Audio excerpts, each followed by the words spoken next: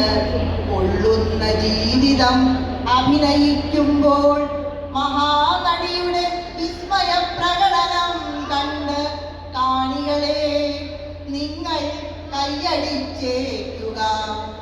അഭിനയം ജീവിതമാക്കിയ മനുഷ്യർക്കിടയിൽ ചേർന്നു നിന്ന് കൊള്ളുന്ന ജീവിതം അഭിനയിക്കുമ്പോൾ മഹാനടിയുടെ വിസ്മയ പ്രകടനം കണ്ട് കാണികളെ നിങ്ങൾ കൈയടിച്ചേക്കുക.